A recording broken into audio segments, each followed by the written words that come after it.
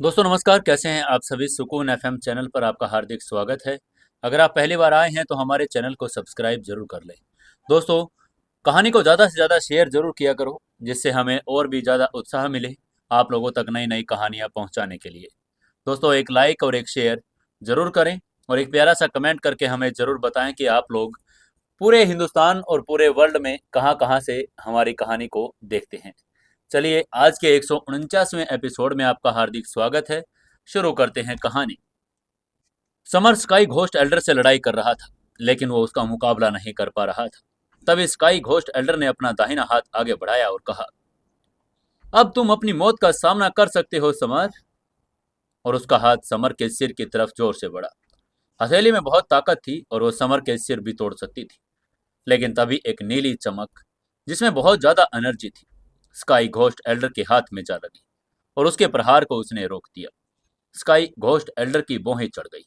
उसने चौंकते हुए कहा, फायर एम्परर फिंगर। उसने पहचान लिया था कि ये नीली फायर एम्परर फिंगर तकनीक है। Fire emperor finger Indian novels में वर्णित 6 पल्स एस्केलेबर्स के समान थी। ये फिंगर में लाइफ एनर्जी भर सकती थी। इतनी बड़ी एनर्जी बाहर निकाल सकती थी कि आसानी से एक कोर को भेद करे। शिवांगी, फूल परी और स्वाति अब अंदर आ चुके थे। ये शिवांगी थी जिसने ये नीली चमक छोड़ी थी, फायर एम्परर सेक्ट की यंग मिस्ट्रेस के रूप में। शिवांगी के हालात में बहुत ज्यादा ताकत थी, क्योंकि उसके शरीर की सील टूट गई थी और उसने फायर एम्परर सेक्ट की हाई क्लास मार्शल आर्ट तकनीक अपनी फिंगर में हासिल कर लिया था। समर हेलीकॉप्टर से इंडिया लौटा था, जबकि शिवांगी और अन्य लोग जहाज से आए थे। उतरते ही उन्हें खबर मिल गई थी कि मुंबई के घोस्ट किंग सेक्ट जाने के लिए कहा गया है। शिवांगी को घोस्ट किंग सेक्ट की महान पावर का पहले ही पता था, जो एक फर्स्ट क्लास का एंशियंट मार्शल आर्ट पावर था। और इस प्रकार वो अन्य लोगों के साथ एक हेलीकॉप्टर में सवार होकर वहां पहुंचे। वो समर को समय पर पहुंचने पर खुद को बधाई दे रहा था। तब स्काई घोस्ट एल्डर ने उसकी तरफ देखते हुए हैरान होकर कहा, तुम कौन हो और तुमने फायर एम्परर सेक्ट की फायर फिंगर तकनीक कहां से सीखी। उसका चेहरा काला पड़ गया था। स्काई घोस्ट एल्डर की तरफ एक नजर डाले बिना शिवांगी जल्दी से समर के पास गया और उसने उठने में मदद करते हुए पूछा, क्या आप ठीक हैं। समर ने खांसते हुए 2 बार खून बाहर निकाला और कहा, मैं ठीक हूं। लेकिन तभी शिवांगी ने समर की हालत देखकर चिंता करते हुए कहा, ज्यादा खून बहने से तुम ठीक नहीं होगे। मैं तुम्हारे अंदर कुछ इंपॉर्टेंट सार डाल देती हूँ। ये कहते हुए उसने अपनी हथेली उसकी कलाई पर रखकर अपने शरीर से इंपॉर्टेंट सार एनर्जी उसके शरीर में डालना शुरू कर दिया। समर की स्थिति के बारे में चिंतित शिवांगी ने उसके शरीर में जितना संभव हो सके उतना इंपॉर्टेंट सार स्थानांतरित कर दिया। कुछ ही समय में समर का रंग मौत की तरह सफेद से स्वस्थ गुलाबी रंग में बदल गया। इंपॉर्टेंट सार आने के बाद शिवांगी पसीने से भीग गई और समर काफी भावुक हो गया। स्काई घोस्ट एल्डर का चेहरा देखकर गुस्से से काला पड़ गया कि शिवांगी ने उसके सवाल को इग्नोर कर दिया और समर को बचाने का साहस किया। उसने अपने दाहिने हाथ को अचानक शिवांगी की तरफ बढ़ाया और उसका उद्देश्य हस्तक्षेप करने वाली महिला को मारना था। लेकिन फूल परी ने उसके हाथ को ब्लॉक कर दिया। उसके हाथ आपस में टकराए और जोरदार की टकराहट की आवाज आई। स्काई घोस्ट एल्डर अपने जगह पर डटा रहा, जबकि फूल परी को कई कदम पीछे हटना पड़ा। फूल परी ने हैरान होते हुए कहा, ओह, सच्चे आत्म किंगडम लेवल के फर्स्ट स्टेज का फाइटर। उसके आकर्षक चेहरे पर आश्चर्य की झलक थी। अब उसे समझ में आ गया था कि समर क्यों घायल हुआ था। सुपर क्लास बल 100 फ्लावर सेक्ट की संत के रूप में फूल परी जानती थी कि सच्चे आत्म किंगडम लेवल के हाफ स्टेज वाली आत्म क्षेत्र तुलना में बहुत अधिक थी, क्योंकि पूर्व में आकाश और पृथ्वी के बीच इंपोर्टेंट सार पर महारत हासिल कर लिया था। प्रकृति द्वारा संचालित तकनीकों के साथ हमले शुरू कर सकते थे। फूल परी ने स्वयं आत्म साधना की थी, लेकिन अपनी असली पावर छुपाई थी। उसे उम्मीद नहीं थी कि स्काई घोस्ट एल्डर उसके पीछे आएगा। फूल परी की खूबसूरत आंखें गंभीर हो गई।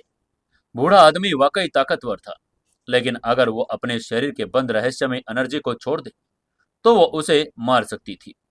हालांकि उसे अपनी माँ के शब्द याद आ गए कि अगर वो सच्चे आत्म किंगडम लेवल के फर्स्ट स्टेज पहुंचने से पहले ही सील तोड़ देगी तो उसके शरीर को भारी नुकसान होगा।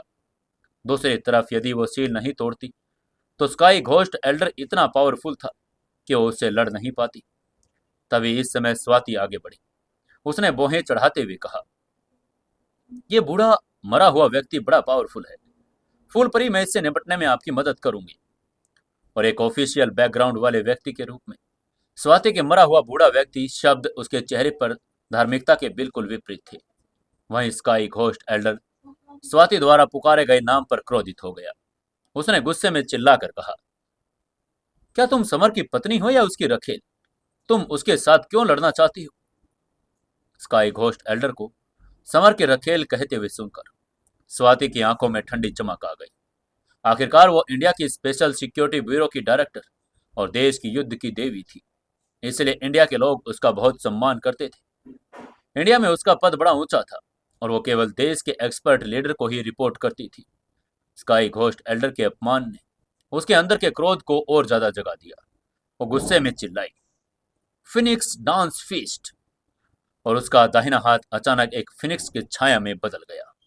फिनिक्स डांस फीस्ट आत्म साधना तकनीकों का एक ग्रुप था जो उसके परिवार में एक पीढ़ी से दूसरी पीढ़ी तक चला आ रहा था।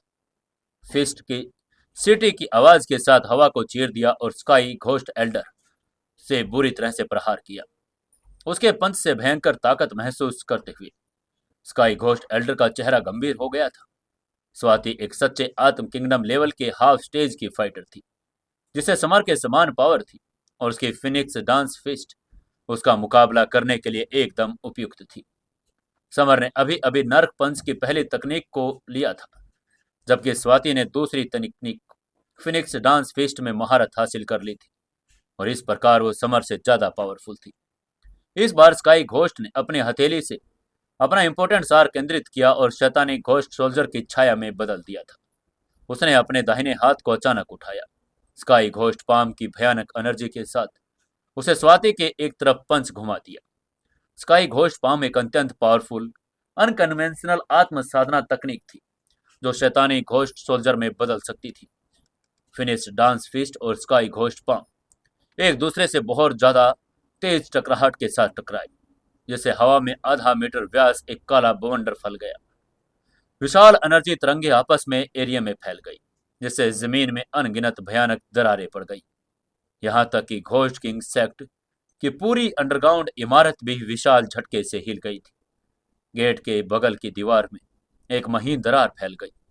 स्वाति की पतली आकृति को एक कदम पीछे हटने के लिए स्ट्रोंग होना पड़ा, जबकि स्काई घोस्ट एल्डर अपनी जगह पर डटा रहा। स्काई घोस्ट एल्डर की ताकत देखकर स्वाति की पुतलियां सिकुड़ गई थी। उसने अपनी पूरी ताकत जुटा ली थी और फिर भी उसे ही एक कदम पीछे हटना पड़ा। समर की तुलना में यह बड़ा बेहतर परिणाम था जिसे स्काई घोस्ट एल्डर ने उड़ा दिया था। बेशक अगर समर ने अपनी आखिरी तरकीब फायर ड्रैगन फिस्ट जो 12 घंटे का इस्तेमाल कर सकती थी इस्तेमाल की होती तो उसे उड़ाया नहीं जा सकता, क्योंकि उसने इसका इस्तेमाल एक को मारने के लिए किया था। जापान के परिवार के प्रमुख की ये लिए सुविधा उपलब्ध नहीं थी।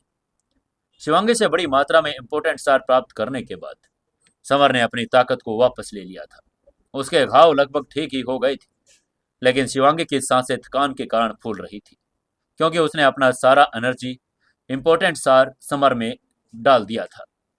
समर ने सावधानी से अपने दुश्मन की तरफ चलने से पहले उसे किनारे करने के लिए मदद करते हुए कहा, थैंक यू शिवांगी, जब तक मैं स्काई घोस्ट एल्डर से निपटता हूं तब तक तुम यहां आराम करो। समर जानता था कि उसे 1 घंटे में स्काई घोस्ट एल्डर को मारना ही होगा, अन्यथा तो पायल और उसका बच्चा भी मर जाएंगे। इसलिए उसने स्वाति के पास जाते हुए कहा, डायरेक्टर स्वाति, मैं आपके साथ मिलकर पुराने मुरे हुए बूढ़े के साथ फाइट करूंगा। स्वाति ने बड़ी चिंता से पूछा, क्या आप अपनी चोटों से उबर चुके हैं? समर ने सिर हिलाया और उसकी बात का जवाब देकर कहा, हाँ हाँ, शिवांगी ने अपना सार मुझ में डाल दिया और वो मुझे रिकवर करने में मदद कर दी है।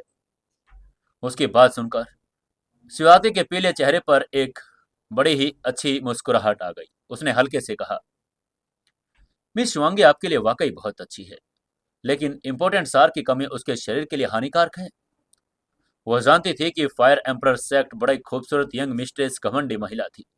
वो सभी को अपने से नीचे समझती थी, लेकिन उसने समर को बचाने के लिए अपनी जान जोखिम में डाल दी थी। ये बड़ी कीमत थी। उसकी बात सुनकर समर ने सिर हिलाया। अपने दिल में कसम खाई कि स्काई घोस्ट एल्डर को मारने के बाद वो शिवांगी के पापा को बचाने के लिए आत्मा लेवल की लाइफ एनर्जी गोली की सार जरूर बनाएगा। तभी फूल परी ने उनके पास आते हुए कहा, स्काई घोस्ट एल्डर बहुत पावरफुल है, मैं भी आप लोगों के साथ मिलकर इसे मार डालूंगी।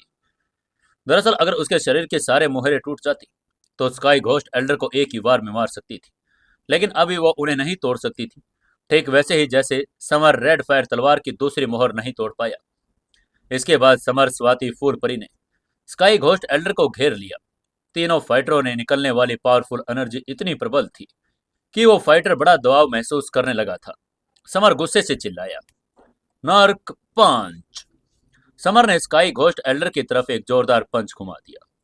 स्वाति ने भी मुस्कुराते हुए चिल्लाकर कहा, फिनिक्स डांस फीस्ट। उसने भी अपना दाहिना पंच स्काई घोस्ट एल्डर की तरफ घुमाया, जो ये फिनिक्स छाया में बदल गया और स्काई घोस्ट एल्डर की तरफ टूट पड़ा। फूल परी भी चिल्लाई, 100 फूलों वाला ताड़। उसका पतला हाथ एक विशाल ताड़ में बदल गया, जिस पर लोटस के फूल तैर रहे थे। विशाल ताड़ स्काई घोस्ट एल्डर की तरफ जोर से घूमा। तीनों फाइटरों के पावरफुल हमलों से हवा में विस्फोट हो गया और तीन विशाल ब्लैक होल बन गए। पावरफुल संयुक्त हमलावर पावर्स को भांपकर स्काई घोस्ट एल्डर का चेहरा गंभीर हो गया था। उसका दाहिना पंच अचानक टूटकर शैतानी सोल्जर्स की छाया में बदल गया, अपने तीन ओपोनेंट्स की सेनाओं से टकरा गई। इस बार समर और उसके साथी वहीं पर रुके, जबकि स्काई घोस्ट एल्डर का चेहरा पीला पड़ गया और वो 2 कदम पीछे हट गया। हालांकि वो सच्चे आत्म किंगडम लेवल का फर्स्ट स्टेज का फाइटर था, फिर भी अब उसके ओपोनेंट 3 मिलकर बहुत ज्यादा पावरफुल हो चुके थे। तब समर ने उन दोनों औरतों की तरफ देखते हुए कहा, डायरेक्टर स्वाति, फूल परी, मेरी पत्नी पायल और हमारे बच्चे पर स्काई घोस्ट एल्डर ने भयंकर घोस्ट का पहरा लगा दिया। हमें उसे आधे घंटे में मारना होगा, वरना पायल और मेरा बच्चा दोनों मर जाएंगे। प्लीज अपना बेस्ट एफर्ट लगाएं, मैं आपका बहुत बड़ा उपकार मानूंगा। समर जानता था कि दोनों महिलाएं हाई लेवल स्पिरिचुअल हथियार से लैस हैं। उसे उनकी मदद की जरूरत थी। समर के मदद के अनुरोध पर स्वाति और फूल परी ने स्थिति को गंभीर से समझ लिया। उन्हें आधे घंटे के भीतर अब स्काई घोस्ट एल्डर को मारना ही था। स्वाति ने भयंकर घोस्ट अभिशाप के बारे में सुना हुआ था, जो महिलाओं और बच्चों को मार सकता था। उसने अपने शरीर से एक मुलायम चांदी की तलवार निकाल ली, और एक ऐसा हथियार जो कभी भी आकार बदल सकता था। इस नरम तलवार का नाम सिल्वर स्नेक तलवार था, और यह हाई क्लास का स्पिरिचुअल हथियार था, जिस पर चांदी के सांप का पैटर्न भी था। जैसे ही उसे बाहर निकाला गया, सिल्वर स्नेक तलवार से 10 मीटर लंबी एक तेज सफेद तलवार की आभा निकली। सिल्वर स्नेक तलवार को देखते ही फूल परे ने भी अपना कमल का आईना निकाल लिया, जिससे आकाश में एक सफेद कमल का फूल निकला, जो हाई क्लास के स्पिरिचुअल हथियार था। 3 हाई क्लास के स्पिरिचुअल हथियारों को देखकर स्काई घोस्ट का एल्डर चेहरा बड़ा गंभीर हो गया। वो अब क्या कर सकता था? तभी समर जोर से चिल्लाया, उसे मार डालो!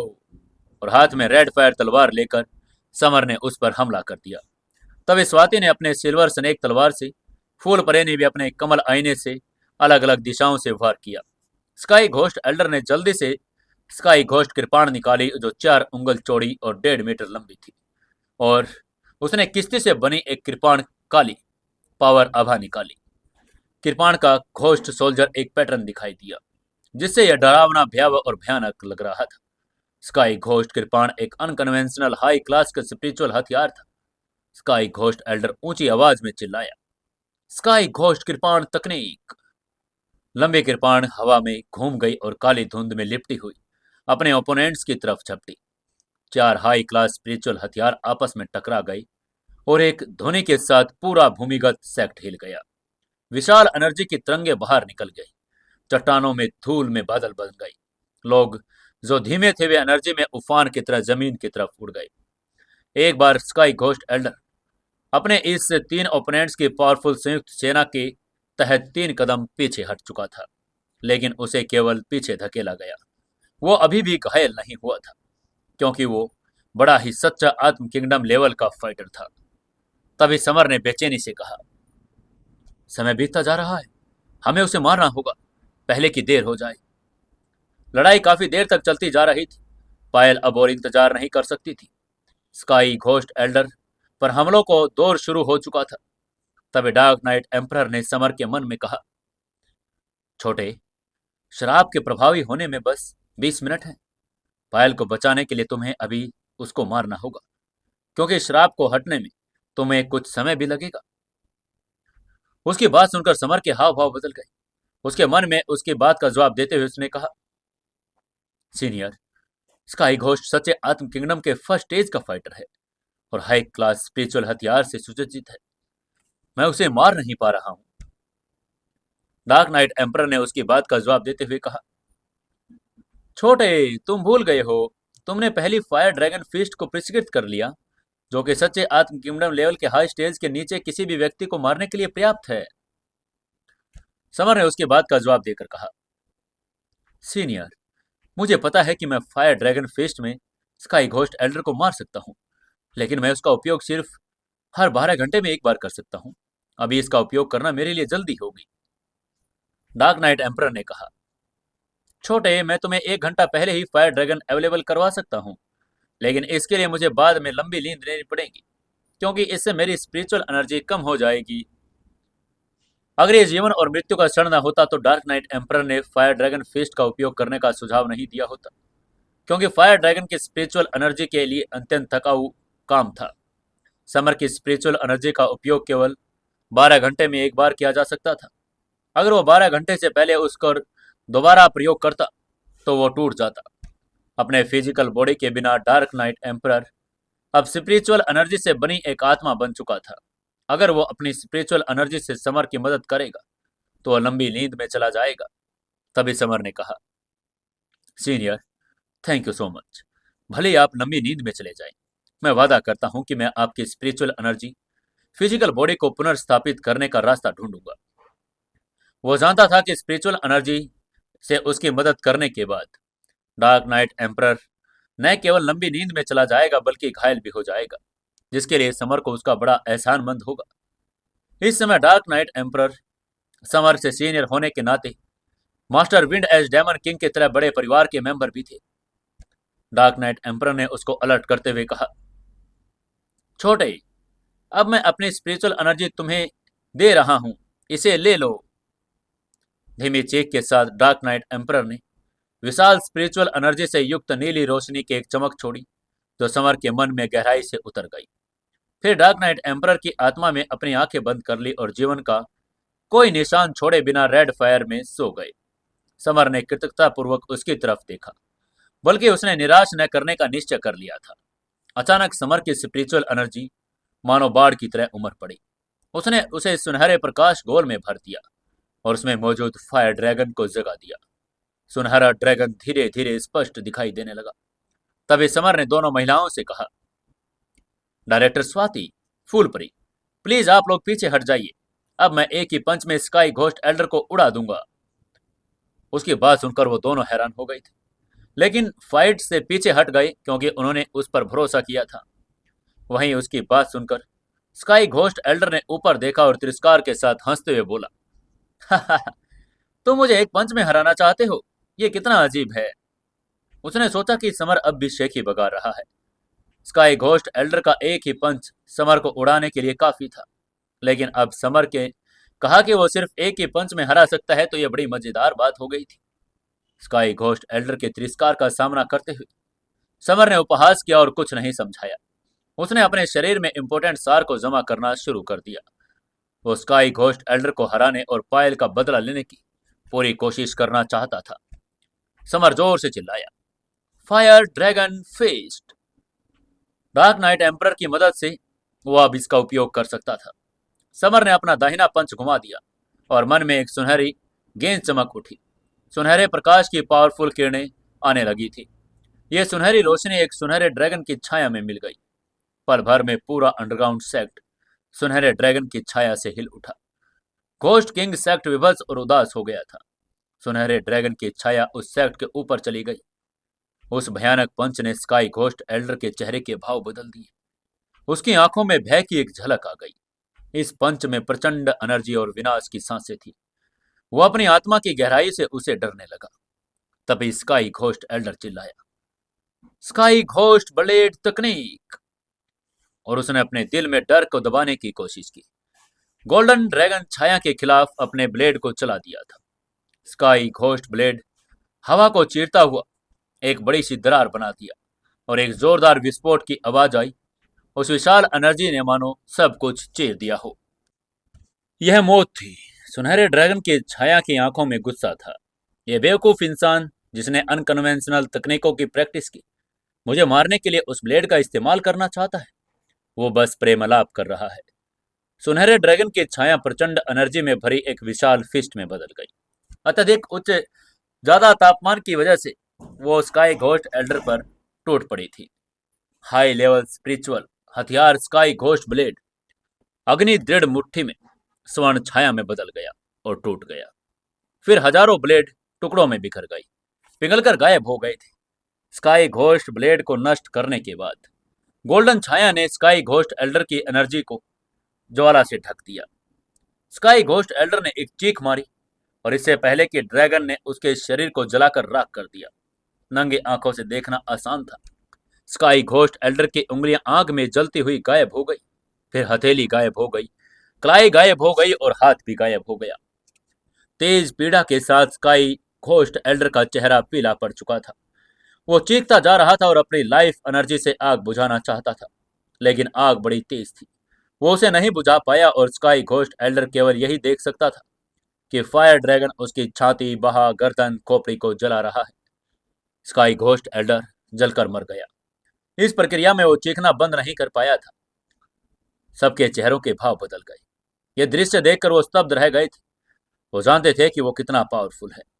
आम लोगों की बात तो छोड़िए, फूल परी का चेहरा भी सदमे से भर गया। वो महसूस कर सकती थी कि फायर ड्रैगन फिस्ट कितनी पावरफुल है। हालांकि स्काई घोस्ट एल्डर को समर ने मार डाला, फिर भी उसका चेहरा पीला पड़ा हुआ था। शरीर ढीला पड़ गया और लगभग निराश हो गया। उसकी स्पिरिचुअल एनर्जी समाप्त हो गई थी। उसने अपनी सारी लाइफ एनर्जी खर्च कर ली थी। स्वाति ने अपने हाथों से एक लाल गोली निकाली और समर को देते हुए कहा, समर ये फिनिक्स एसेंस की गोली है, इसे ले लो। उसकी बात सुनकर समर हैरान रह गया। जैसा कि अमृत गोली एल्केमी की कला की दर्ज है, फिनिक्स एसेंस की गोली स्पिरिट लेवल की गोली। केवल आत्म साधक इसे परिष्कृत कर सकते थे। केवल आत्म साधक इसे बना सकते थे और उसे ले सकते थे। उसे यकीन ही नहीं हो रहा था कि स्वाति के पास ऐसी गोली होगी। स्वाति का आत्म साधक के साथ जो भी रिश्ता था वो इम्पोर्टेंट नहीं था। इम्पोर्टेंट बात यह थी कि स्वाति ने फिनिक्स एसेंस की गोली को समर को दे दिया था। उसे देखकर तो समर भी हैरान था। उसकी हैरानी देखकर स्वाति ने मुस्कुराते हुए कहा, समय बर्बाद मत करो समर, गोली ले ले और अपना इंपॉर्टेंट सार पुनः प्राप्त करो। तुम्हें अभी भी पायल और बच्चे को बचाना है। इंडिया स्पेशल सिक्योरिटी ब्यूरो की डायरेक्टर के रूप में स्वाति को समर और पायल के संबंधों के बारे में पता था। तभी समर ने स्वाति को गहराई से देखा और कृतज्ञता से कहा, बहुत बहुत धन्यवाद, आपने मेरी जान बचाई स्वाति। समर जानता था कि फिनिक्स एसेंस की गोली कितनी कीमती है। इसकी कीमत $100 मिलियन से भी ज्यादा। लेकिन यह सबसे जरूरी चीज नहीं थी। उसके लिए सबसे जरूरी समय था। फिनिक्स एसेंस की गोली ने समर को एक मौका दिया और पायल को बचाने का मौका। इसलिए स्वाति ने न सिर्फ उसकी जान बचाई बल्कि पायल की भी जान बचा रही थी। उस गोली का लाल रंग था। उसका लाल रंग बाकी गोलियों से बिल्कुल अलग था और उसके अंदर से प्राणवायु निकल रही थी। समर ने अपना मुंह खोला और गोली को मुंह में डाल लिया। गोली खाते ही उसके अंदर एक पावरफुल एनर्जी भर गई। उसने समर को स्पिरिचुअल एनर्जी को, लाइफ एनर्जी को पुनः से भर दिया था। वो फिनिक्स गोली आत्मा की गोली की हकदार थी। समर अब बर्बाद समय नहीं कर सकता था।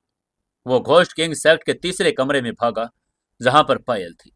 कमरे में पहुंचते ही समर का चेहरे का रंग बुरी तरह से बदल गया। पायल का चेहरा काला पड़ चुका था। सिर्फ उसका चेहरा नहीं, शरीर भी काला पड़ता जा रहा था। तभी समर ने डार्क नाइट एम्परर से पूछा, सीनियर, इस दुष्ट आत्मा के अभिशाप से कैसे छुटकारा पाया जाए? लेकिन डार्क नाइट एम्परर ने कोई जवाब नहीं दिया, क्योंकि वो तो पहले ही सो चुके थे। समर ने डार्क नाइट एम्परर की कोई आवाज नहीं सुनी। लेकिन अचानक उसे याद आया कि डार्क नाइट एम्परर तो सो ही चुका है, क्योंकि उसने समर को वो पूरी एनर्जी दे दी थी। समर यह सुनकर उदास था कि उसके दिल की गहराइयों में अब डार्क नाइट एम्परर सो गया था, लेकिन वो अब समर की मदद नहीं कर सकता था। उसे लगा कि वो एक अंधा टिड्डा हो गया है। जब स्वाति और फूल परी अंदर आए तो उसके चेहरे के भाव बदल गए। उन्होंने देखा कि पायल का शरीर काला हो चुका है। फूल परी ने पायल के हालात देखे और उसके चेहरे का भाव तुरंत बदल गया। उसने आश्चर्य से कहा, यह एक बुरी आत्मा का अभिशाप है। 100 फ्लावर सेक्ट में सबसे पावरफुल संतों के रूप में उसने एंशियंट और अनकन्वेंशनल दोनों प्रथाओं से संपर्क किया था। स्पष्ट रूप से यह एक बुरी आत्मा के अभिशाप की पावर को जानती थी। किसी दुष्ट आत्मा का श्राप नाम सुनते ही यह लगता कि यह कपटी श्राप होगा जो इंसान को अंदर ही अंदर खा जाएगा और उसके खून को खत्म कर देगा। समर के चेहरे के भाव बदल गए। उसने एक्साइटमेंट में पूछा, फूलपरी, क्या तुम बुरी आत्मा के अभिशाप को शांत कर सकती हो? समर को पता था कि फूलपरी के पास रहस्यमय 100 सेक्ट के स्ट्रॉन्ग बैकग्राउंड है। वो उसकी बात सुनकर चुप हो गई। घूंघट के पीछे उसका चेहरा झिझकने लगा। तभी उसी समय उसके बगल में स्वाति ने उनके बीच में बोलना शुरू किया और कहा, समर, ये पायल है जो बुरी आत्मा के अभिशाप से शापित है। अभिशाप को शांत करने के लिए उसे ब्लड की आवश्यकता है। महिला और इसके लिए एक संत के आधे ब्लड की आवश्यकता होती है। एक संत का आधा खून। यह सुनकर समर के चेहरे के भाव बदल गए। ब्लड सार मानव शरीर का सबसे इंपॉर्टेंट चीज और ये लाइफ सार का स्रोत भी। ब्लड सार का आधा भाग खोना साधना के आधे भाग को खोने के समान था। फूल परी जब सच्चे आत्मा किंगडम के आत्म हाफ स्टेज पर थी, अगर वो अपना आधा ब्लड खो देगी तो उसकी पावर लोअर हेवन किंगडम के टॉप स्टेज से भी कम हो जाएगी। और एक संत के लिए लोअर हेवन किंगडम लेवल पर पहुंचना मतलब उसकी उपाधि को खोना। पारुल इस समय पीछे के बाहर आई और उसने कहा, समर, मैं मदद कर सकती हूँ। मैं वैसे भी एक ग्रैंड मास्टर किंगडम पर हूँ। मेरे लिए अपने ब्लड सार का और पावर का आधा खोना कोई बड़ी बात नहीं होगी। समर के लिए पारुल उसकी प्रशंसा भी करती और आभारी भी, क्योंकि इस आदमी ने पारुल वशिष्ठ के परिवार के सबसे सीनियर एल्डर को मारकर उसके पिता को बचाया और यही वजह थी कि पारुल उसकी मदद करना चाहती थी। हालांकि स्वाति ने अपना सिर झटका और कहा, मिस पारुल, बुरी आत्मा का अभिशाप केवल संत के खून से शांत हो सकता है, यानी फूलपरी का खून। किसी और का खून काम नहीं करेगा, मेरा भी नहीं। उस समय सभी लोग फूलपरी की तरफ देखने लगे, लेकिन उसे बड़ा अजीब लगा। ऐसा नहीं कि फूलपरी पायल को बचाना नहीं चाहती थी, लेकिन अगर वो उसे बचा लेगी तो वो अपने आप में बड़ी कम उपाधि छीन जाएगी। समर जानता था कि पायल को बचाने के लिए फूलपरी को बहुत कुछ त्यागना होगा, लेकिन उसके पास कोई विकल्प नहीं था, क्योंकि केवल फूलपरी का खून ही पायल को बचा सकता था।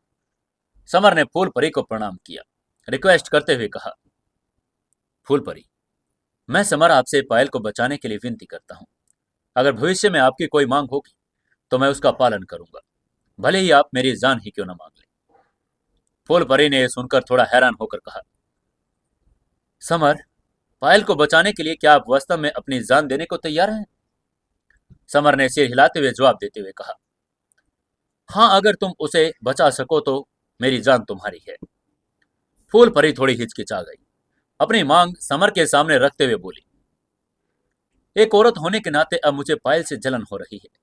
मैं उसे बचाने के लिए अपनी आधी पावर सारा रक्त गंवा सकती हूँ, लेकिन अब से तुम्हें मेरे लिए 3 काम करने होंगे। तुम इनसे इनकार नहीं कर सकती।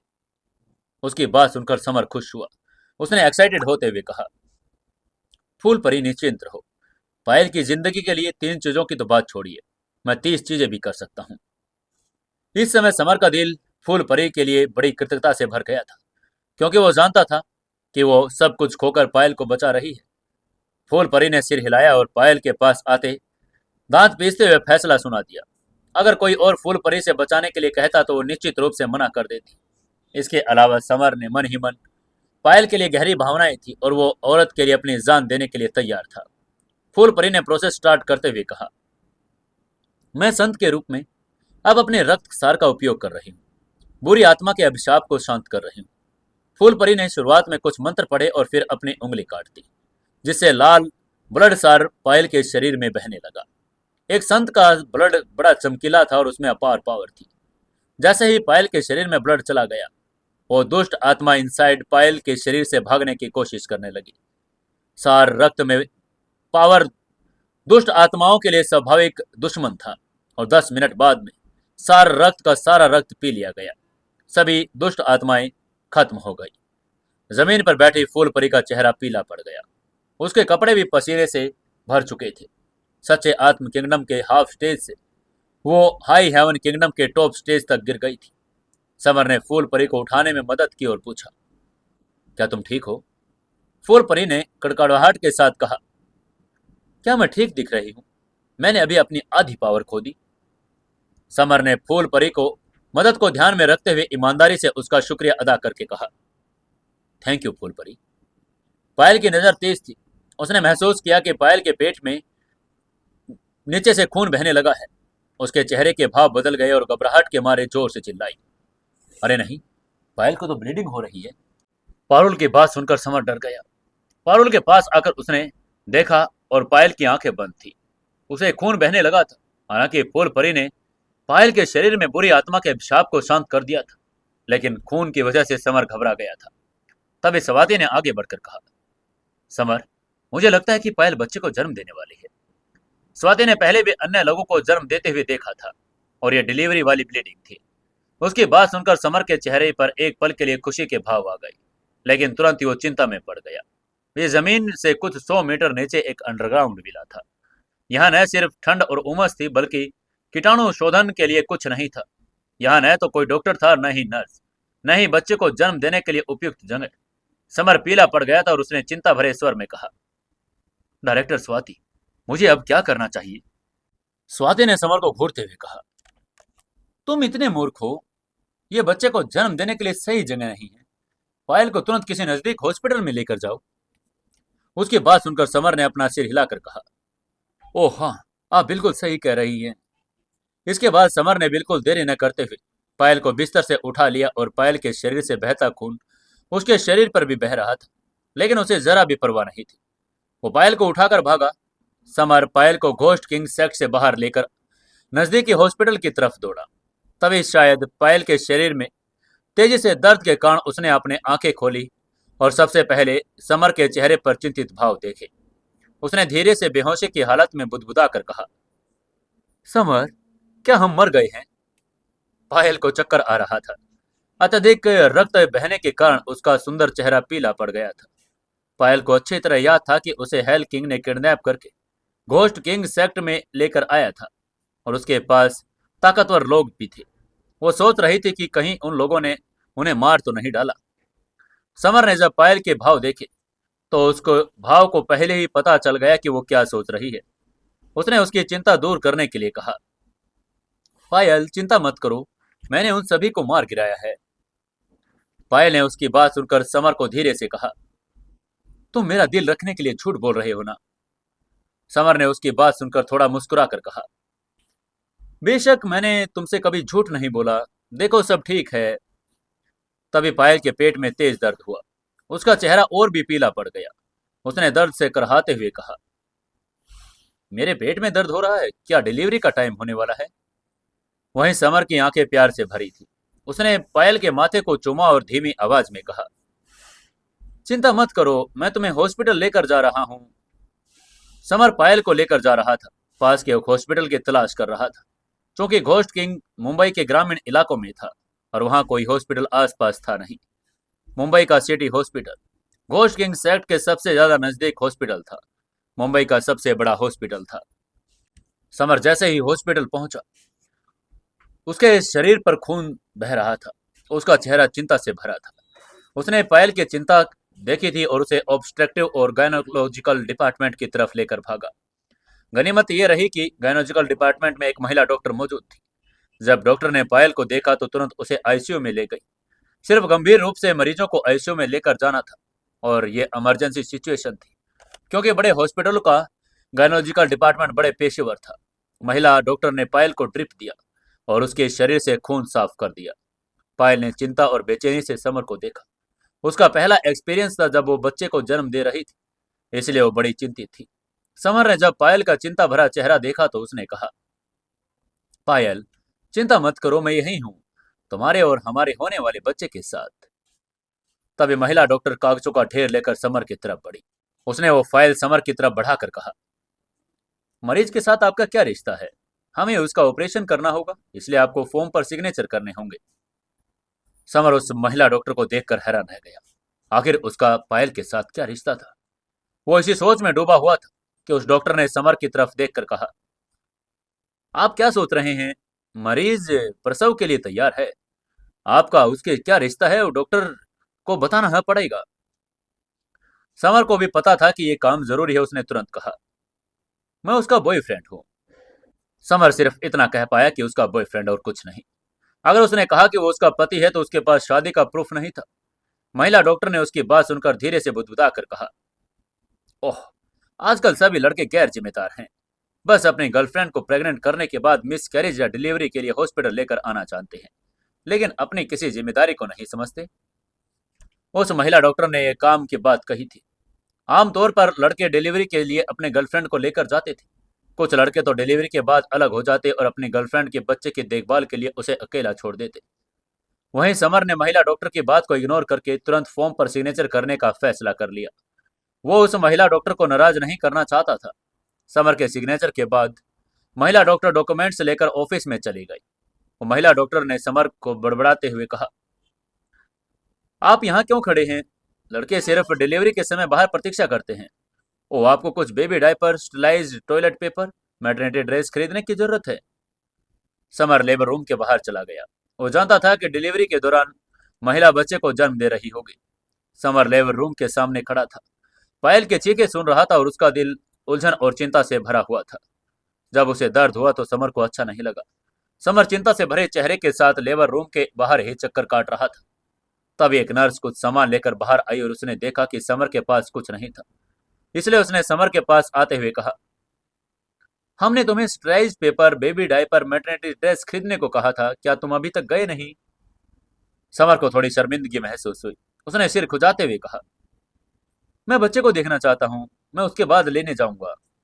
उसकी बात सुनकर नर्स ने घूर कर कहा, अभी जाओ और हमें इसकी डिलीवरी के बाद तुरंत जरूरत होगी। समर ने सिर हिलाया। वो अभी नहीं जा सकता था क्योंकि पायल अभी भी आईसीयू में थी। वो चाहता था कि कुछ स्टेलाइज पेपर महिला डॉक्टर द्वारा मांगी गई सभी कुछ चीजें खरीद ले। समर अब पारुल से मदद मांग सकता था क्योंकि उसकी वजह से दूसरी औरतें भी आहत थी। शिवांगी ने पहले ही उसका इंपॉर्टेंट सार वापस पाने के लिए ताई सारी लाइफ एनर्जी खत्म कर दी। फूल परी ने भी पायल को बचाने के लिए सारी एनर्जी लगा दी। समर जानता था कि फूल परी और शिवांगी दोनों का बड़ा एहसानमंद है, उसके लिए अपनी जान भी दे सकता है। वो बड़ा चिंतित था और सचमुच उसका दर्द कम करना चाहता था, चाहे इसके लिए उसने खुद दर्द क्यों न सहना पड़े। पायल को पसीना आ रहा था और उसे न सिर्फ दर्द हो रहा था बल्कि वो चिंतित भी थी। एक औरत के लिए बच्चे को जन्म देना बड़ा मुश्किल था। पायल ने दर्द और निराशा के भाव से पेट पर हाथ रखा और धीरे से कहा, बेबी, तुम्हारी माँ बहुत थक गई है, तुम बाहर क्यों नहीं आ रहे हो? जब उन्हें लगता कि बच्चा जन्म लेने जा रहा है तब दर्द और बढ़ जाता। बच्चा जन्म भी नहीं लेता। उसे बड़ा गुस्सा आ रहा था। महिला डॉक्टर ने पायल को प्रोत्साहित करने की कोशिश करके कहा, थोड़ा सा जोर के, फिर से कोशिश करो, तुम्हें कोशिश करते रहना होगा। पायल ने सिर हिलाया और फिर कोशिश की। आखिरकार बच्चे ने शायद गर्भ में वापस लौटना छोड़ दिया और वो नई दुनिया को देखना चाहती थी। आखिरकार वो पायल के पेट से बाहर आ गई और एक चीख ने सन्नाटा तोड़ दिया। एक खूबसूरत बच्चे इस दुनिया में आई और वो बच्ची बहुत खूबसूरत थी। उसका नाजुक चेहरा, छोटी नाक, लाल होठ बड़े खूबसूरत थी। महिला डॉक्टर ने इस हॉस्पिटल में कई बच्चों को डिलीवरी किया, लेकिन अब तक का सबसे सुंदर बच्चा था जिसे उसने देखा था। और उसके आसपास खड़ी नर्सें उस डॉक्टर की बात से सहमत होकर सिर हिलाती रही। ये खूबसूरत बच्चा बड़ा होकर बड़ा खूबसूरत होने वाला था। आखिरकार ये लड़की थी, किसी अप्सरा की तरह। पायल के चेहरे पर अपने बच्चे को देखकर संतुष्टि आ गई। यह उसका पहला बच्चा था और उसका और समर दोनों का।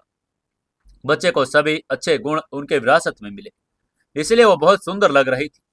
बच्ची इस नई दुनिया में आते ही रोने लगी और जोर जोर से चीख रही थी। ऐसा लग रहा था जैसे दुनिया को नमस्ते कह रही हो। समर लेबर रूम के बाहर खड़ा था। उसने कमरे के अंदर बच्चे के रोने की आवाज सुनी और वो खिलखिलाकर हंसने लगा। उसने एक्साइटेड होते हुए मन ही मन में कहा, ओह, मैं पापा बन गया। समर वहीं रुक गया और हंसने लगा। तभी पारुल अपने हाथ में समर की जरूरत की सभी चीजें लेकर वहां बढ़ रही थी। तब उसने समर को हंसते हुए देखा तो वो उलझन में पड़ गई। उसने पूछा, समर, तुम किस बात पर हंस रहे हो? समर ने खुश होकर कहा, मैं पापा बन गया हूं। पारुल के चेहरे पर निराशा की झलक थी। उसे समझ नहीं आ रहा था कि वो क्यों दुखी है और उसके दिल में निराशा क्यों थी, जबकि उसे पता था कि उसके सामने वाला आदमी पहले पापा बन गया है। पारुल ने खुद से पूछा, क्या मुझे उससे जलन हो रही है? लेकिन उसने तुरंत ही इस तरह का सोचना बंद कर दिया। तभी समर ने उससे कहा, मिस पारुल, क्या तुमने वो सारी चीजें खरीद ली जो मैं चाहता था? पारुल ने उसकी बात का जवाब देकर कहा, हाँ हाँ, मैंने सारी चीजें खरीद ली है, ये सब कुछ है। तभी लेबर रूम का दरवाजा खुला। महिला डॉक्टर बाहर आई और सारा सामान वापस कमरे में ले गई। समर ने पायल के चेहरे पर पीलापन देखा और पूछा, पायल, क्या तुम ठीक हो? पायल ने कमजोरी से कहा, हाँ मैं ठीक हूँ, तुम हमारी बेटी को देखो। उसके हाथ में अभी भी ड्रिप लगी हुई थी। समर ने अपनी आंखों के चमक के साथ बच्चे को देखा और प्रशंसा करते हुए कहा, वो बहुत सुंदर है, बिल्कुल राजकुमारी के जैसी। फिर उसने अपने बच्चे को गोद में ले लिया। यह कहते हुए, सुनकर कि उसका बच्चा बड़ा सुंदर है, पायल की आंखों में खुशी की झलक आ गई। वो बड़ी सुंदर थी और उसे ऐसा लगा था कि वो शहद खा रही हो। तभी नर्स ने समर की तरफ देखा और कहा, उसकी जांच करना बंद करो, तुम्हारी गर्लफ्रेंड को चेकअप के लिए वार्ड में जाना होगा। तुम पहले हॉस्पिटल की फीस चुका सकते हो, और तुमने अपने बेटे को पहली दफा गोद में लिया, उसका शगुन भी हमें दो। समर ने सिर हिलाकर सहमति जताई। बच्चे को नर्स को वापस दे दिया और साथ ही कुछ पैसे भी दिए। फिर उसने पारुल को पायल की देखभाल करने के लिए और हॉस्पिटल की फीस भरने के लिए कैशियर डिपार्टमेंट में चला गया। क्योंकि पायल हॉस्पिटल आने के लिए बड़ी गंभीर स्थिति में थी, न केवल हॉस्पिटल में भर्ती होने का खर्च, बल्कि बच्चे के जन्म सर्टिफिकेट के लिए फॉर्मेलिटीज भी पूरी करनी थी। क्योंकि समर पायल का बॉयफ्रेंड था, इसलिए उसे सभी फॉर्मेलिटीज अकेले पूरी करनी होगी। समर ने जितना जल्दी हो सके फॉर्मेलिटीज पूरी कर ली। उन्हें ज्यादा समय भी नहीं लगा। बेशक सबसे जरूरी चीज पैसा था और पैसे में सब कुछ जल्दी हो गया। सब कुछ करने के बाद समर पायल के पास वार्ड में चला गया। पायल ने अभी अभी एक बच्चे को जन्म दिया, वो कुछ नहीं खा रही थी। उसके शरीर से सारी गंदी हवा साफ करनी थी। वो बड़ी कमजोर थी और अपने होठों को गीला करने के लिए सिर्फ गीले रुमाल का इस्तेमाल कर रही थी। समर ने पायल के साथ पालने में बच्चे को भी सावधानी पूर्वक देखभाल की। तभी फोन समर का बज गया। यह हिमांशी का फोन था और उसने अपनी बहन के बारे में पूछा। उसने समर ने उसे बताया कि मुंबई सिटी हॉस्पिटल में वो कमरा नंबर 1 में है। हिमांशी को जब पता चला कि उसकी बहन ठीक है और उसके बेबी को जन्म दिया है तो वो बड़ी खुश हो गई। फोन रखते ही वो मुंबई के सिटी हॉस्पिटल की तरफ चल पड़ी। यह अच्छा था कि पारुल समर के साथ थी और उसने बड़ी मदद की। हालांकि वो जलन तो रही थी, फिर भी उसने पायल का ध्यान रखने की पूरी कोशिश की। चूंकि हिमांशी अपनी बहन के बारे में चिंतित थी, वो तेजी से चली और संयोग से कियारा से टकरा गई।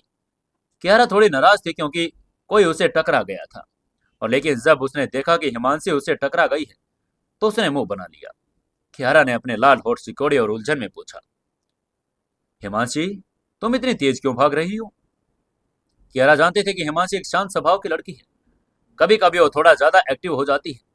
हिमांशी ने बिना सिर उठाए जवाब देकर कहा, मेरी बहन ने अभी एक बच्चे को जन्म दिया, मैं उससे मिलने जा रही हूँ। लेकिन जब उसने कियारा का चेहरा देखा तो उसे एहसास हुआ कि उसने गलती कर दी। जैसा कि उम्मीद थी, कियारा ने हिमांशी की बात सुनी और उसके चेहरे के भाव बदल गए। उसका चेहरा पीला पड़ गया। कियारा को पता था कि पायल समर के बच्चे की मां बनने वाली है, और इस वजह से वो अपने घर से भाग गई थी। लगभग मरते मरते बची थी और कियारा को बचाने के लिए समर बिना किसी हिचकिचाहट के दानव कुंड में भी कूद गया था। कियारा जानती थी कि समर उससे प्यार करता है, उसे बचाने के लिए अपनी जान भी दे सकता है। कियारा ने समर को माफ कर दिया था। हालांकि उसने अपने पति को माफ किया था, बल्कि पायल को नहीं। कियारा के दिल की गहराई में पायल अभी भी एक दुष्ट थी।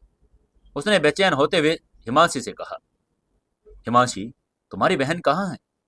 हिमांशी ने कहा, मेरी बहन मुंबई के सिटी हॉस्पिटल में है, आप क्यों पूछ रही हैं? आप करना क्या चाहती हैं? कियारा ने कहा, नहीं नहीं, कुछ भी नहीं, मैं उससे मिलने जा रही हूँ, उसका हाल चाल पूछने के लिए। हिमांशी को यह सुनकर झटका लगा। कियारा उसकी बहन पायल से मिलने जा रही है। हिमांशी को थोड़ी शर्मिंदगी भी महसूस हुई।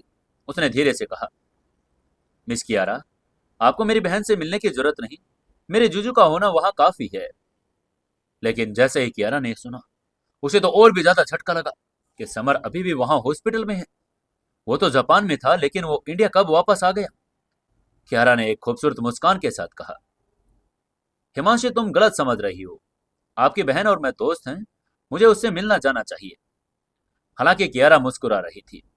कियारा की बात खत्म होते ही हिमांशी ने आंखें घुमाई और उसकी बात सुनकर वो अवाक रह गई।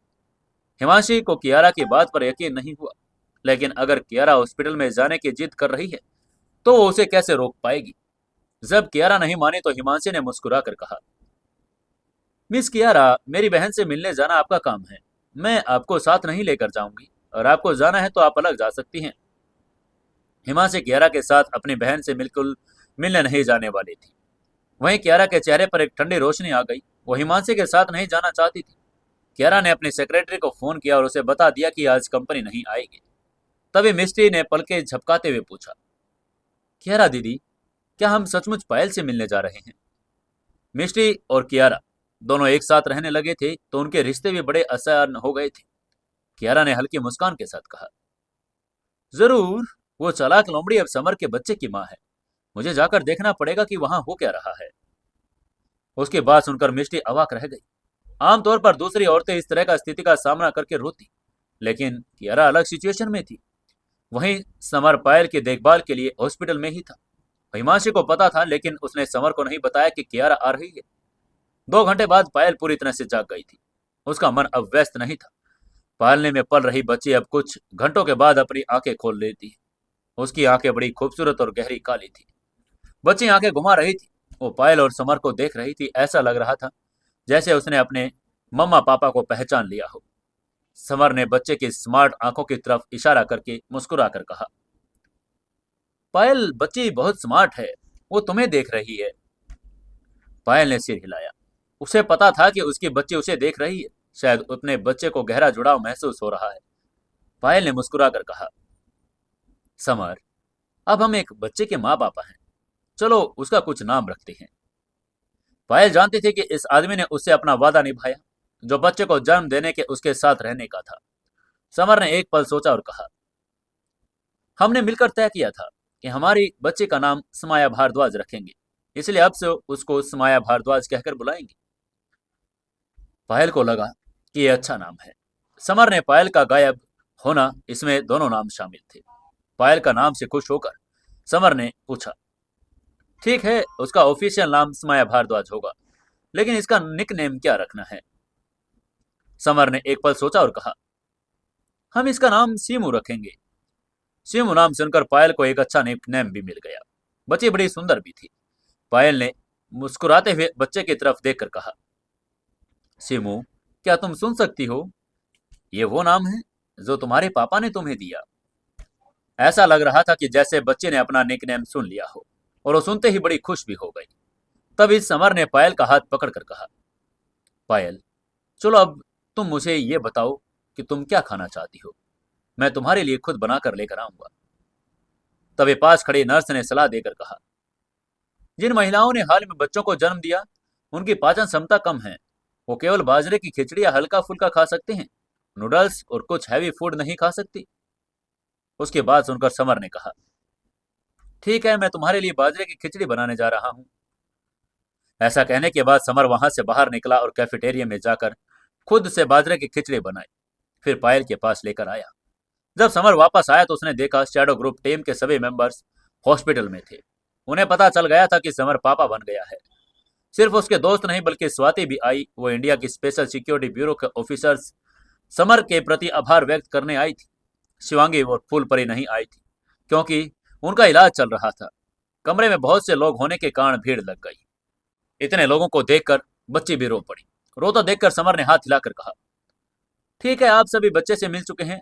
अब सबके जाने का समय हो गया। हमारी नन्ही परी डर रही है। उसकी बात सुनकर सभी वहां से चले गए। सबके जाने के बाद समर ने पायल को खाना खिलाना शुरू कर दिया। तभी किसी ने धक्का देकर दरवाजा खोला। समर ने दरवाजे की तरफ देखे बिना ही गुस्से में कहा, मैं बस आप लोगों से बाहर जाने के लिए कह रहा हूं। आप लोग फिर से अंदर क्यों आ रहे हैं? तभी हिमांशी ने कहा, जीजू, ये मैं हूं। मैं यहाँ बच्चे को देखने आई हूँ। उसकी बात सुनकर समर मुस्कुराया और शर्मिंदगी में बोला, ओ, तुम हिमांशी हो, प्लीज अंदर आ जाओ। अंदर आते ही हिमांशी पालने में बच्ची को सुंदर चेहरे को देखकर बोली, वाह, कितनी सुंदर बच्ची है, उतनी ही सुंदर जितनी मैं हूँ। उसकी बात सुनकर समर अवाक रह गया। उसकी साली खुद पर इतना भरोसा कर रही थी, खुद को उसकी बेटी जितनी सुंदर कह रही थी। तभी हिमांशी ने अपने बगल में पायल की तरफ देखा। उसने धीरे से पूछा, दीदी, आपने इस नन्ही परी का क्या नाम रखा? पायल ने मुस्कुराते हुए इस बात का जवाब देकर कहा, उसका नाम समाया भारद्वाज है और निक नेम सीमू है।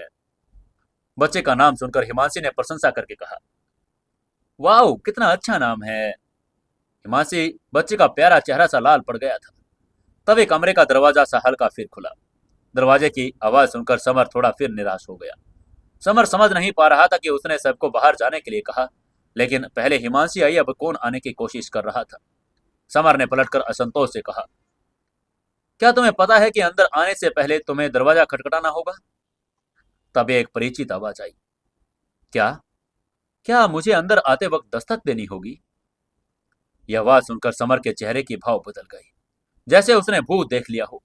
उसने मन ही मन कहा, हे भगवान, ये कियारा यहाँ क्या कर रही है? समर को पसीना आने लगा। समर ने झिझकते हुए बात शुरू करते हुए कहा, ओह हनी, तुम यहाँ क्या कर रही हो? कियारा ने समर को धीरे से घूर कर कहा, मैं पायल की दोस्त हूँ। मैंने सुना है कि उसने बच्चे को जन्म दिया, इसलिए मैं देखने आई। उसकी बात सुनकर समर अवाक रह गया। कियारा मजाक कर रही थी क्या? उसने मन ही मन में कहा, तुम और पायल दोस्त कैसे हो सकते हो? तुम तो लगभग कट्टर दुश्मन हो।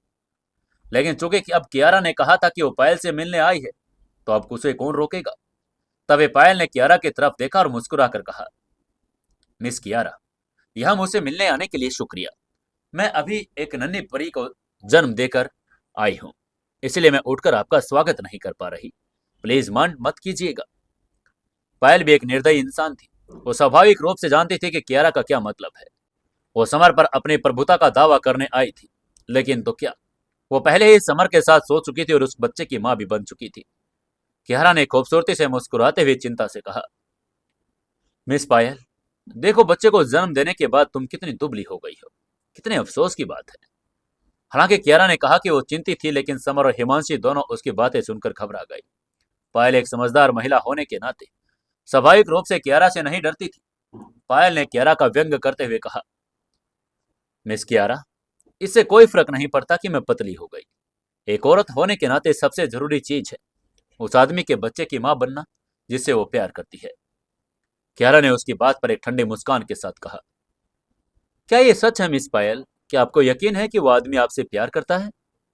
उसकी बात सुनकर पायल ने कहा, बेशक मुझे यकीन है कि वो मुझसे प्यार करता है। ओ हाँ मिस कियारा, आप कब मां बनने वाली हैं? पायल का सवाल सुई की तरह था, जो सीधे कियारा के दिल में चुभ गया। हाँ, कियारा समर की लीगल वाइफ थी। उन्हें मैरिज सर्टिफिकेट भी मिल गया था, लेकिन अभी तक वो एक दूसरे के साथ सोए ही नहीं थे। तो बच्चा पैदा कैसे होगा? कियारा ने अपनी असंतुष्टि छिपाने की कोशिश करते हुए कहा, मैं अभी बेबी प्लान नहीं कर रही। मैं कुछ समय बाद बेबी के बारे में सोचूंगी। समर ने कियारा को पायल से फिर लड़ते देखा। वो परेशान हो गया था। समर ने कियारा का हाथ खींचा और बात करने की कोशिश करके धीरे से कहा, हनी चलो चलते हैं। पायल ने अभी बच्चे को जन्म दिया, उसे आराम की जरूरत है। उसे ज्यादा बात नहीं करनी चाहिए। कियारा ने समर को देखते हुए कहा, क्या अब तुम इसके बारे में चिंतित हो? समर ने उसको समझाने की कोशिश की और कहा, हनी, तुम किस बारे में बात कर रही हो? मुझे बस चिंता है कि जब तुम गुस्से में होती हो तुम्हारी हेल्थ को नुकसान पहुंचता है। इसलिए चलो बाहर चलते हैं, कुछ ताजी हवा लेते हैं। ये कहते हुए कियारा को खींचकर वार्ड से बाहर ले गया, इस बात की परवाह किए बिना ही कि बच्चे को उसने जन्म दिया है वो बड़ी कमजोर है। अगर कियारा पायल से बहस करेगी तो पायल को गुस्सा दिलाए तो उसके स्वास्थ्य पर हानिकारक प्रभाव होगा। वार्ड के बाहर शैडो ग्रुप टीम के सभी लोग आसमान की तरफ देख रहे थे। वो बात करने और सांस लेने में बड़े डर भी रहे थे। शैडो ग्रुप टीम के सभी लोग कियारा और पायल के बारे में जानते थे। वार्ड के बाहर निकलते ही कियारा का रोना बंद नहीं हो रहा था। हालांकि पिछली बार उसने समर को माफ किया था। समर ने उसको शांत करने के लिए कहा, हनी रोना बंद करो। अगर तुम गुस्से में हो तो तुम अपना गुस्सा कम करने के लिए मुझे मार सकती हो। समर घबराया हुआ था। समर को यही डर था कि कियारा रो सकती है, और जब उसने देखा कि वो रोने लगी है तो उसने लगा कि उसका दिल टूट गया। कियारा ने कड़वाहट से कहा, डियर, मैंने तुम्हें पिछली बार माफ कर दिया। इस बार मैं बस इसलिए नाराज हूं कि तुमने जापान से इंडिया वापस आने के बाद मुझे फोन नहीं किया। क्या तुम्हें पता है कि तुम्हें बारे में कितनी चिंतित थी मैं? कियारा को पिछली बार पायल और समर वाली बात पता चल गई थी। कियारा लंबे समय से पायल की दुश्मन थी और उनके बीच कंपटीशन था। अब चूंकि समर पायल से मिलने गया था, कियारा को बड़ा दुख हुआ था। समर ने समझाना शुरू करके कहा, हनी तुमने मुझे गलत समझा। मैं तुमसे सबसे ज्यादा प्यार करता हूँ, लेकिन इंडिया लौटने से पहले मुझे पता चला कि पायल और एलिस को किसी ने किडनैप कर लिया। अगर मैं पायल को बचाने नहीं जाता तो उसकी मौत हो चुकी होती। समर की बात सुनने के बाद कियारा को थोड़ा सुकून मिला। उसके बाद सुनकर कियारा ने बोहें चढ़ाई और कहा, हनी तुमने अभी कहा कि एलिस का भी किडनैप हो गया, वो अब कहाँ है? कियारा जानती थी कि एलिस शैडो ग्रुप टीम की मेंबर है। समर के साथ उसके गहरे रिश्ते हैं। समर ने आह भरकर कहा, न केवल एलिस बल्कि एल्डर मोंक को भी किडनैप कर लिया गया था। ये लोग उन दोनों को किडनैप करके टाइगर ग्रुप में ले गए। कियारा ने चिंतित होकर कहा, हनी अब क्या होगा? तुम्हें उन्हें बचाना जाना होगा ना? समर के आसपास के लोगों के लिए कियारा बड़ी चिंतित थी। समर ने कियारा का हाथ पकड़कर कहा, मैंने शेडो ग्रुप टीम के मोंक को उसके बारे में इंफॉर्मेशन इकट्ठा करने के लिए कहा। इंफॉर्मेशन मिलने के बाद मैं टाइगर ग्रुप जाकर उन्हें बचा लूंगा। उसकी बात सुनकर कियारा ने नाराजगी भरे स्वर में कहा, जान, तुम हमेशा कहीं ना कहीं जाते रहते हो, कभी जापान तो कभी टाइगर ग्रुप। पीछे से मैं तुम्हारी चिंता करती रहती हूँ। कियारा जानते थे कि समर के बहुत सारे दुश्मन हैं और उसे हर बड़े खतरे का सामना करना पड़ रहा है। समर ने सांत्वना देकर मुस्कुराते हुए कहा, ये भी ठीक है, तुम्हारा पति बड़ा पावरफुल है ना। असल में समर कियारा को ऐसे छोड़कर जाना था, लेकिन उसके पास जाने के अलावा अब कोई रास्ता नहीं था। समर ने अचानक अपनी आंखों में जिज्ञासा के साथ कहा, हनी तुम्हारे होठों पर ये क्या लगा हुआ है? उसकी बात सुनकर कियारा ने अपना सफेद और चिकना हाथ बढ़ाकर अपने होठों को छुआ, लेकिन कुछ भी नहीं मिला। उसने कहा, कहाँ कुछ भी तो नहीं। समर ने एक शैतानी मुस्कान के साथ कहा, सच में कुछ तो है, रुको मैं इसको हटाने में तुम्हारी मदद करता हूँ। और इतना कहते ही उसने कियारा के होठों पर होठ रख दिए। कियारा का मुंह चेरी की तरह से लाल हो गया। कियारा अपना सफेद चिकना हाथ बढ़ाया और थपथपाते हुए कहा, जान सब कुछ देख रहे हैं, तुम ये सब क्या कर रहे हो? वो शर्म के मारे लाल होती जा रही थी। उनको ऐसे किस करता हुआ देखकर मोंक ने मुस्कुराते अपने साथियों से कहा, वाओ बॉस कमाल के हैं, दिन के उजाले में सबके सामने हमारी भाभी को किस कर रहे हैं। बोल्डमैन ने उसकी बात पर सहमति जताकर कहा, तुम सही कह रहे हो, बहुत सारे लोग देख रहे हैं। बॉस बिल्कुल भी नहीं शर्मा रहे, लेकिन वहीं देखो हमारी भाभी भी कितना शर्मा रही है। वहीं डेथ गॉड ने थोड़ा निराश होकर कहा, यार मुझे तो बॉस से जेलिस फील होती है, उनकी पत्नी और गर्लफ्रेंड बड़ी सुंदर है। वहीं समर को कुछ भी महसूस नहीं हो रहा था, क्योंकि उसे जरा भी शर्म नहीं आ रही थी, लेकिन कियारा अलग थी। आखिरकार वो एक औरत ही थी। कियारा का दिल एक सेकंड में 100 मील की रफ्तार से धड़कने लगा। वो खुद को किसी गड्ढे में दफना देना चाहती थी। उसने मन ही मन सोचा, मेरे पति को क्या हो गया? सब लोग देख रहे हैं, वो मुझे किस कैसे कर सकते हैं? समर ने उसे 10 मिनट से ज्यादा देर तक किस किया, जब तक कियारा के होठ सूज नहीं गए। फिर आखिरकार उसे अपने से अलग कर दिया गया। कियारा ने शर्माते हुए कहा, मैं यहां से बाहर जा रही हूं। और वो बाहर चली गई। उसकी पीठ देखकर समर को अफसोस नहीं हुआ, क्योंकि उसने कियारा को जानबूझकर किस किया था, ताकि वो शर्मा जाए और वहां से भाग जाए। पायल ने अभी अभी एक बच्चे को जन्म दिया था और वो अपने आप से उठ तक नहीं पा रही थी। उसका बॉयफ्रेंड होने के नाते समर नहीं चाहता था कि पायल को ऐसी निजी सिचुएशन में डाला जाए। और हाँ, वो कियारा को भी परेशान होते हुए नहीं देखना चाहता था। तभी बोल्ड मैन ने समर को अंगूठा दिखाते हुए कहा, बॉस आप तो कमाल के हैं, भाभी के होठों के मुंह से साफ करने का बहाना बना रहे हो, बहुत ही शानदार। पूरी टीम में समर लड़कियों से फ्लर्ट करने में माहिर था और उससे मिलने वाली हर महिला उस पर मोहित हो जाती थी। लेकिन तभी समर ने उसकी तरफ देखकर पूछा, बोल्डमैन, क्या तुम लोगों ने मोंक के बारे में जानकारी इकट्ठी की? बोल्डमैन ने कहा, बॉस, मोंक को अब टाइगर ग्रुप में पहुंचा दिया गया है। वहां एल्डर मोंक मास्टर और एलिस की तलाश कर रहा है, लेकिन उसे अब तक कोई जानकारी नहीं मिली। जैसे उसे जानकारी मिलेगी वो तुरंत आपको फोन करेगा। उसकी बात सुनकर समर ने सिर हिलाकर सहमति जताई। वो समझ गया कि मोंक की स्थिति स्पष्ट कर दी है। फिर वार्ड में वापस जाकर वो पायल से मिलने चला गया। पायल इस समय बच्चे को दूध पिला रही थी। समर ने उसके साथ तभी फ्लर्ट करते हुए कहा, मैंने तुम्हारी गोरी त्वचा पहले देखी नहीं, बल्कि फील भी किया है। पायल का चेहरा जो पहले से शर्म से लाल हो रहा था, वो अब और भी लाल हो गया था। उसके बॉयफ्रेंड को क्या हो गया है? वो उसके बारे में ऐसा कैसे बोल सकता था? इसलिए पायल ने टॉपिक चेंज करते हुए पूछा, समर, क्या कियारा चली गई है? समर की बात का जवाब देकर वो बोला, हाँ वो चली गई है। पायल ने अभी अभी बच्चे को जन्म दिया और बड़ी कमजोर थी, लेकिन कियारा के आने के बाद वो एनर्जीवान हो गई थी, लड़ने के लिए बिल्कुल तैयार। पायल की लड़ने की एनर्जी देखकर समर अवाक रह गया। पायल और कियारा आग और पानी थे, एक दूसरे से घुल मिल नहीं सकते थे। तभी समर का फोन बजने लगा। उसने फोन निकाला और देखा कि मोंग का कॉल था, और उसके चेहरे के भाव बदल गए। उसने तुरंत आंसर की दबाई और फोन कान पर लगाते हुए सीधे मुद्दे की बात पर आकर कहा, मोंग, क्या कोई इन्फॉर्मेशन मिली? दूसरी तरफ से मोंग ने उसकी बात का जवाब देते हुए कहा, बॉस, एलिस और मेरे मास्टर को स्काई गॉड लीग के लोग ले गए। उनके यंग मास्टर अगस्टाइन 3 दिन में एलिस के साथ जबरदस्ती करने वाला है। उसकी बात सुनते ही समर ने फोन पर गालियां देते हुए कहा, क्या अगस्टाइन एलिस से शादी करने जा रहा है? यह बड़ी शर्मनाक बात है। उसकी हिम्मत कैसे हुई मेरी साइड गर्लफ्रेंड के साथ जबरदस्ती करने की? वो मरना चाहता है क्या? वो बड़े गुस्से में हो गया था। तभी पायल ने चिंतित होकर कहा, समर, एलिस तो मेरे साथ ही किडनैप हुई थी। क्या सच में टाइगर ग्रुप उसे ले गया? लेकिन चाहे कुछ भी हो, उसे बचाने के लिए तुम्हें जाना होगा समर। पायल और एलिस बड़ी करीबी हो गए थे, क्योंकि पूरे समय एलिस ही पायल की सिक्योरिटी का ध्यान रख रही थी। दोनों महिलाएं कियारा की दुश्मन थी और इसलिए वह बड़ी करीब थी। तभी समर ने उसकी तरफ देखकर धीमी आवाज में कहा, पायल, तुमने अभी मुझे पापा बनने का सुख दिया और मैं तुम्हारे साथ रहना चाहता हूँ, लेकिन अब मुझे जाना पड़ेगा। समर ने अपनी बात पूरी नहीं कर पाई। उसको शर्मिंदगी महसूस हुई, क्योंकि पायल ने अभी अभी उसके बच्चे को जन्म दिया और वो उसको अकेला छोड़कर जा रहा था। पायल वाकई बड़ी विचारशील थी। उन्होंने मुस्कुराते हुए कहा, हमारी बेटी इस दुनिया में आ चुकी है। हम दिल को स्वस्थ हैं और तुम्हें अब चिंता करने की जरूरत नहीं।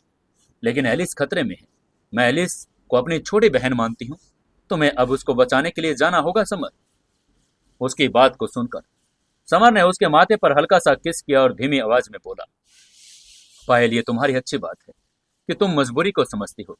तुम चिंता मत करो, मैं एलिस को वापस लेकर आऊंगा। इसके बाद समर ने हॉस्पिटल के पायल की सिक्योरिटी मैनेज की और लायन दानव किंग और ग्रीन ड्रैगन दानव किंग को उसकी सिक्योरिटी का ध्यान रखने के लिए कहा। हालांकि पायल जिस हॉस्पिटल में रह रही थी वो पूरे मुंबई का सबसे सेफ हॉस्पिटल था। समर न सिर्फ शैडो ग्रुप टीम को बल्कि एक और व्यक्ति को अपने साथ टाइगर ग्रुप ले गया, और वो व्यक्ति था पर्पल बैट दानव किंग। पर्पल बैट दानव किंग 10 दानव किंगों में से सबसे तेज था। समर ने उसे अपने पीछे चलने को कहा ताकि वो इम्पोर्टेंट पल में भूमिका निभा सके। जब वो सब कुछ ठीक हो गया तो पर्पल बैट दानव किंग और समर वहां पर चले गए थे। कियारा ने तभी बहुत जल्दी में फोन उठाया और पूछा, हनी, क्या तुम घर आ रहे हो? कियारा को उम्मीद थी कि अब वो घर आएगा। वो समर को देखना चाहती थी, खुद को उसे सौंप देना चाहती थी। कियारा की आवाज में भावुकता सुनते ही समर को अपराध बोध हुआ। समर को अब कियारा के पास जाना चाहिए था, लेकिन उसके पास अब कोई माफी मांगने के लिए दूसरा उपयुक्त सवाल नहीं था। तभी उसने कहा, हनी, मुझे माफ करना। मुझे तुरंत टाइगर ग्रुप जाना है, एलिस और मोंग को बचाना है। टाइगर ग्रुप से लौटने के बाद मैं तुम्हारे साथ रहूंगा। क्या तुम मेरी बात समझ रही हो? उसकी बात को सुनकर कियारा ने निराश होकर आ भरी, लेकिन वो जानती थी एलिस और मोंग को बचाना जरूरी है, क्योंकि एलिस शैडो ग्रुप टीम की मेंबर थी और समर के करीबी भी थी। इसलिए कियारा ने धीमी आवाज में कहा, जान, मैं तुम्हारा इंतजार करूंगी, प्लीज सुरक्षित रहना। समर ने भी बहुत ही प्यार से उसको कहा, बाय बाय हनी, मैं जल्द ही सुरक्षित तुम्हारे पास आऊंगा। और ये कहने के बाद उसने फोन रखा और वो कियारा के सुंदर चेहरे के बारे में सोच रहा था। इस बार कियारा मुंबई के पायल मिलने आई और वो समर को बिल्कुल भी परेशान नहीं कर रही थी। समर के पास चाहे भी कितनी औरतें हों, कियारा उसके लिए सबसे इम्पोर्टेंट थी। यही वो औरत थी जिसने उसे सबसे पहले शादी की थी। तभी पर्पल बैट दानव किंग ने बोहें चढ़ाकर कहा, यंग मास्टर, कोई हमारा पीछा कर रहा है। पर्पल बैट दानव किंग न केवल तेज था बल्कि उसकी नजर भी बड़ी तेज थी। समर सतर्क हो गया था। उसने कार के शीशे के पीछे देखा तो एक लाल जीप दिखाई दी। समर ने अपनी स्पिरिचुअल एनर्जी का इस्तेमाल किया और उसमें खून की गंध आ रही थी। खून की गंध को महसूस करते हुए समर ने मुस्कुराकर कहा, ओह, पिशाच सेक्ट के लोग। उसके मुंह से पिशाच सेक्ट का नाम सुनते ही पर्पल बैट दानव किंग के चेहरे में बदलाव आ गया। उसकी आंखों में नफरत उभर आई और उसे पिशाच सेक्ट के लोगों से सबसे ज्यादा नफरत थी, क्योंकि उन्होंने उसके मास्टर को मारा था। तभी पर्पल बैट दानव किंग ने कहा, यंग मास्टर, मैं उन्हें मारना चाहता हूं। तभी समर ने कहा, ठीक है, गाड़ी को किनारे पार्क कर देते, जल्दी ही उन्हें खत्म करके वापस आओ। पर्पल बैट दानव किंग ने गाड़ी सड़क के किनारे खड़ी की और गाड़ी से बाहर निकल गया। लाल जीप में 4 लोग थे, सभी पिशाच सेक्ट के थे। वे शुरू में समर का पीछा कर रहे थे, लेकिन उनके आगे वाली गाड़ी रुक गई। तभी एक हैंडसम युवक उसके बगल में आकर खड़ा हो गया। पर्पल बैट दानव किंग ने कुछ नहीं कहा और सीधे उस आदमी की गर्दन को कुचल दिया। पहले आदमी को मरता देखकर दूसरे आदमी ने ऊंची आवाज में कहा, अरे तुम्हारी हिम्मत कैसे हुई हमारे आदमी को मारने की? हम पिशाच सेक्ट से हैं, हमसे पंगा लेकर तुम बच नहीं पाओगे। उसके शब्दों का उद्देश्य साफ था कि वो पर्पल बैट को भगाना चाहता था, लेकिन पर्पल बैट ने व्यंग करते हुए कहा, तुम लोग वही हो जिन्हें मैं मारना चाहता हूं। उसकी आवाज सुनकर बाकी लोग कांप गए। पर्पल बैट दानव किंग बिजली की तेजी से अपना हाथ उसने आगे बढ़ाया और बाकी 3 आदमियों की गर्दन को भी कुचल दिया। उसके बाद वो अपने गाड़ी में वापस आया और समर ने पर्पल बैट दानव किंग की स्पीड को देखा और उसकी तारीफ करते हुए बोला, तुम तो सच में बहुत तेज हो पर्पल बैट। उसके मुंह से तारीफ सुनकर पर्पल बैट दानव किंग ने मुस्कुराते हुए कहा, यंग मास्टर, मैंने पिशाच सेक्ट के लोगों को खत्म कर दिया। चलिए अब हम एयरपोर्ट चलते हैं। आधे घंटे के बाद पर्पल बैट दानव किंग मुंबई इंटरनेशनल एयरपोर्ट पर पहुंच गए। फ्लाइट टिकट पारुल ने पहले ही बुक कर लिया था और ये इंटरनेशनल एयरलाइन मुंबई के वशिष्ठ परिवार की प्रॉपर्टी थी, इसलिए समर और बाकी लोग सीधे बिजनेस क्लास में चले गए। वो जल्दी से अपनी सीट पर बैठे और कुछ देर में फ्लाइट टेक ऑफ कर गई। लगभग 12 घंटे के बाद समर और बाकी लोग टाइगर ग्रुप के एरिया में फ्रांस पहुंच गए थे। स्काई गॉड लीग से 10 परिवार थे और सभी फ्रांस में एकजुट थे।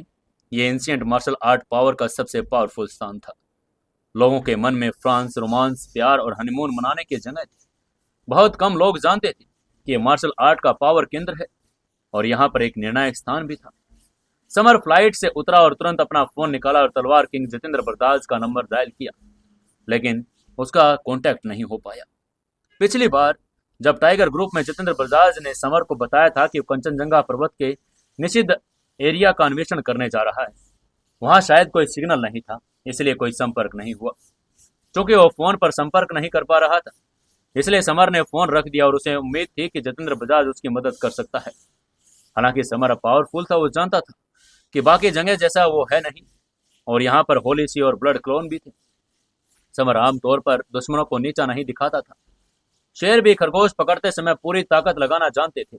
समर की बात तो छोड़िए, क्योंकि अब जतेंद्र बजाज नहीं आता था तो उसे मदद के लिए किसी और को ढूंढने की जरूरत थी।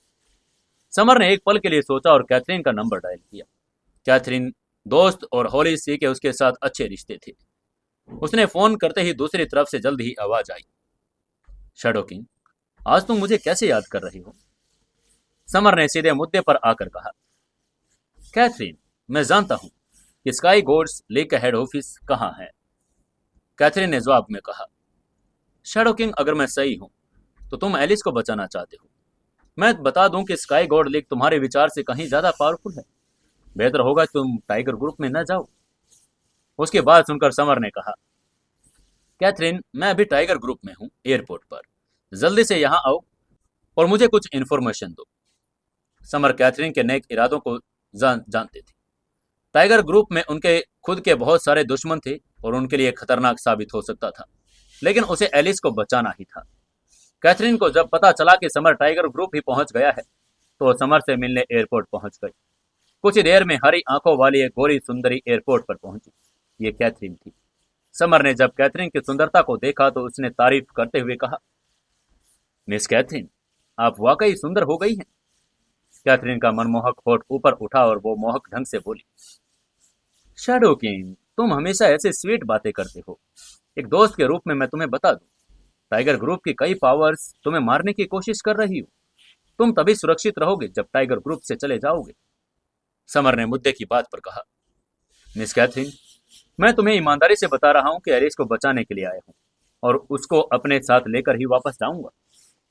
कैथरीन ने उसकी दृढ़ता को देखा और उसको सिचुएशन के बारे में बताने के लिए कहा, shadow king, sky gods league के यंग मास्टर ऑगस्टिन्स ने कल अपनी शादी अनाउंस करके कहा है कि कल दोपहर में एलिस के साथ नाट्रे ड्रामे डैम में शादी करेगा।